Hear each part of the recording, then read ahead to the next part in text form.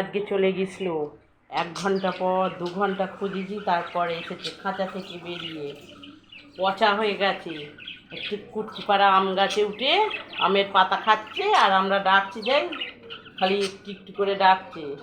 2 ঘন্টা পর খুঁজে পেয়েছি, সকাল 6টা থেকে 8টা পর্যন্ত। এই দেখো বাবান, ডাক কর বাবান,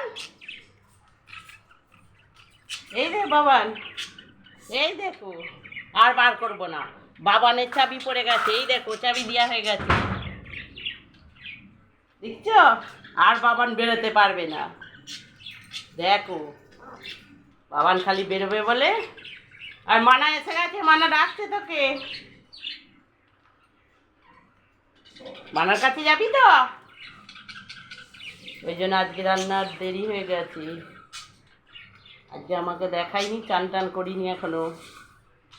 এই দেখো, এই দেখো, বাবান আজকে বেরোবে বলে ছটফট করছে। মানা নেই, ভাত খেতে দেবে। মানা এলে খেতে দেবে।